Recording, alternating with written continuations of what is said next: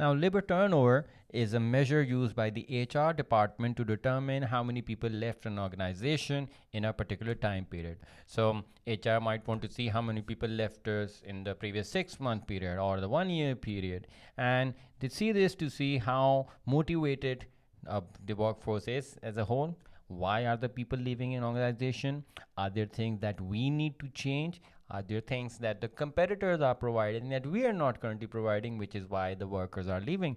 So whenever any employee leaves, it's always going to be a nuisance for a business. You have to go about rehiring, you have to go through the whole process, interviewing. While the employee is not being hired, there is loss of productivity. So there's a lot of costs that are incurring whenever there's a vacancy in the organization and nobody's been hired yet. So a business will, especially HR department, we want to keep a close eye on who is leaving, why are they leaving, and how quickly can we replace them so that there's continuity in the business.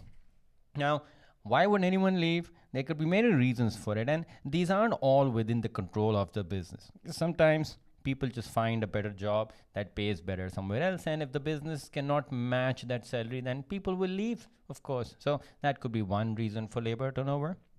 Secondly, they could simply be retiring, right? It's their time to just hang up the boots and enjoy and just drive off into the sunset, and that's all it is. It's just retirement. Maybe one of your uncles died and giving you a large inheritance, so that's the time where you will say bye-bye and you will simply leave the organization. Or you may simply be taking a break, sabbatical period, a year-long break, and you may need to replace people for that period. So there are many reasons why people may leave an organization, why there might be an increase in labor turnover. But the question is it always bad? Let's look at that. Now, it's obvious to understand that whenever an employee leaves an organization, they leave a gap, right? They have to be replaced. Maybe they weren't training anyone else to take on their position if they're not there. So that's leaving you a bigger challenge for handle to the business. So there's a lot of things that have to be fixed when an employee leaves an organization. So clearly there are problems, but also it provides certain opportunities for a business when employees leave. Oddly, that is true. Now, let's look at the problems that are created when an employee leaves an organization. Obviously, you have to go about recruiting new workers. That's an expensive process. You have to advertise, you have to interview, you may even have to give a higher salary to that employee. So finding new recruits is always going to be an expensive undertaking. Also, whoever this new employee is, they will need training. They will have to be introduced to the systems of the business, and it will take a while before they're up to pace to what the business needs them to be. While that is happening, productivity may be affected. The worker will take some time, and during that time, the output level will be down. And this is not good for team spirit. If people keep leaving a team, then obviously the whole team building exercise is lost when you have too many people leaving an organization. So there are some clear problems when you look at a high labor turnover. But at the same time, it's also providing certain opportunities. And a business can use this opportunity to bring in workers who may be more enthusiastic as compared to the ones who are currently in the business. Whenever anyone joins a new place, in a new group, new workplace, they always want to perform well. They want to prove that they are the people for the job and the company was right to hire them, and they will always want to outperform themselves. So new workers will always bring new energy, and that's something that the business can benefit from if labor turnover starts going up.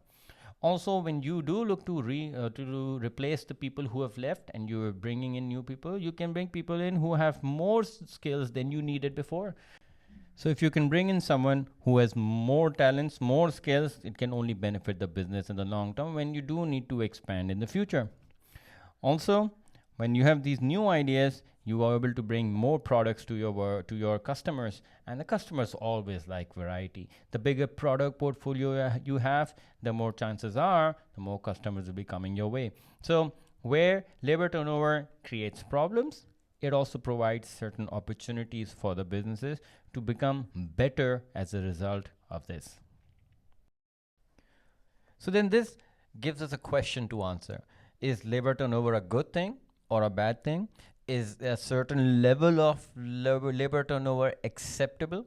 If it is, what is that level? Should 20% people leave? Then that's fine. Should it be 10%? That's the question we want to answer next. And the answer is that there is no fixed percentage. There is no one level that suits all types of businesses. Okay, now what's important to understand is that labor turnover is inevitable. People will leave an organization for their own reasons, and you can't stop that.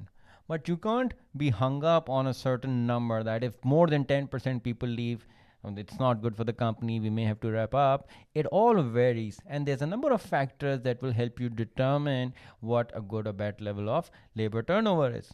And one of those is simply the fact that what type of contracts are you providing to your workers. If it's a full-time contract, then you won't have so much labor turnover. People will have a longer-term contract. If it's a short-term contract, if it's a part-time work, then you know that you will need to replace them. People will be leaving quickly. So that's where the lower labor turnover might be slightly higher.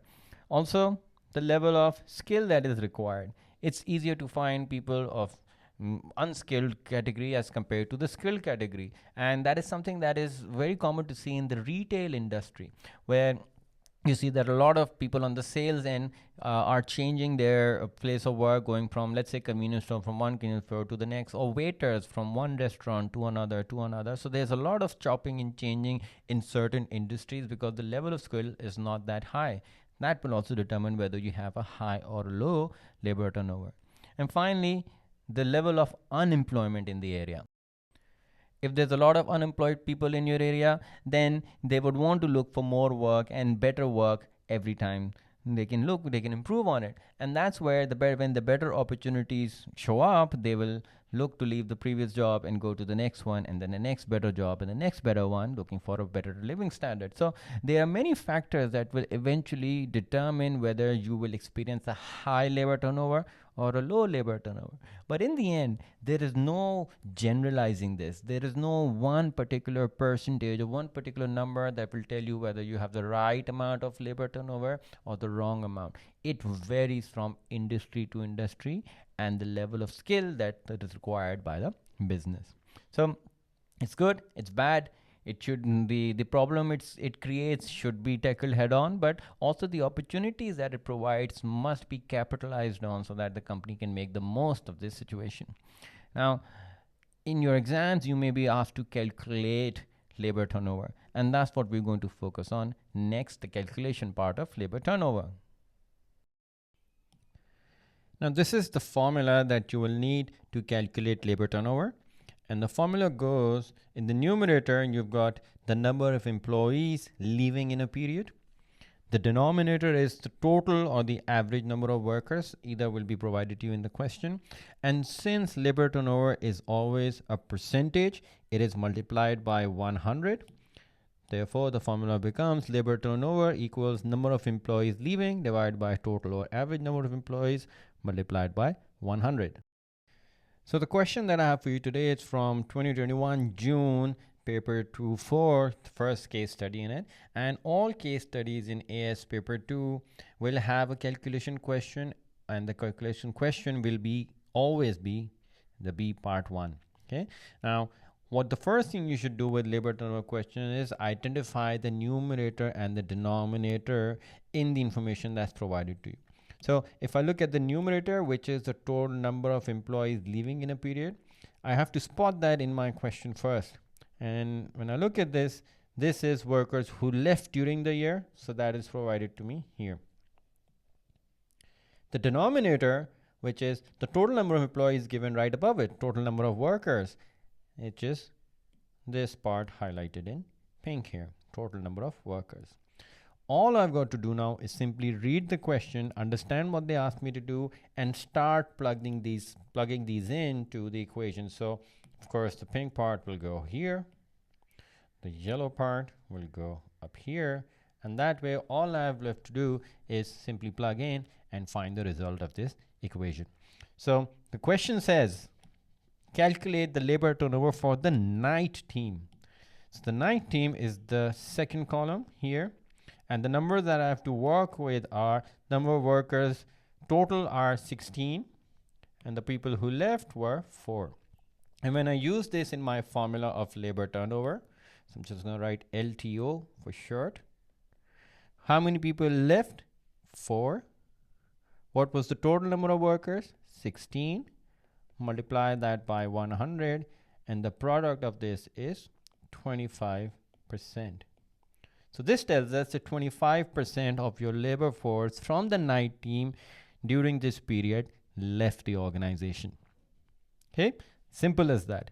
Don't forget to put the percentage sign. Okay, you will lose a mark if you forget the correct unit, so percentage is important. Number 25, so 25% was the labor turnover for the night team. Now, you could do this for the afternoon team as well. I don't want to do it. I want to give you a little bit of challenge, the easy challenge, which is to calculate labor turnover of the afternoon team using this formula. Let's look at another example so that we are fully confident in how to calculate labor turnover. Now, it's very important that you read the question carefully before attempting it. And there are little differences here and there. One word could mean completely different thing. And if you're not careful when you're reading the question, you will always have the wrong answer. So this question that we're looking at says, calculate not just the labor turnover, but the difference between the labor turnover. So you'll be asked to calculate two different values. And what you have to calculate is the difference between the labor turnover of the specialist marketing workers, so that's one side of it, and the labor turnover of your admin supportive workers, which is the second column. So what we'll have to do is individually calculate their labor turnovers and then find the difference between the two. So starting off with the first one, which is specialist marketing workers, my labor turnover is how many people left was 2. What was the total number of workers? 40. So 2 divided by 40 multiplied by 100 tells me that 5% of the workers in the specialist marketing department left the organization. Compare that to the administrative support workers on this side.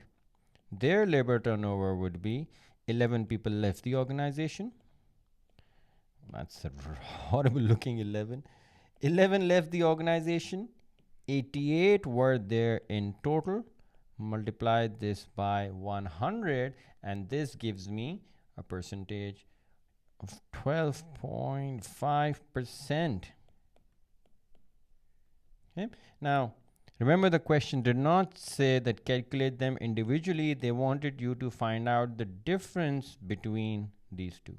So simply 12.5% minus 5% tells me that the difference in labor turnover of these two departments is 7.5%.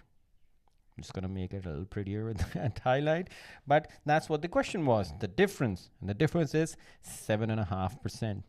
And we can use this information to, determine something about the business, that more people left the admin department as compared to the marketing department, which indicates that more people are demotivated. There are more problems on the administrative side as compared to the marketing side.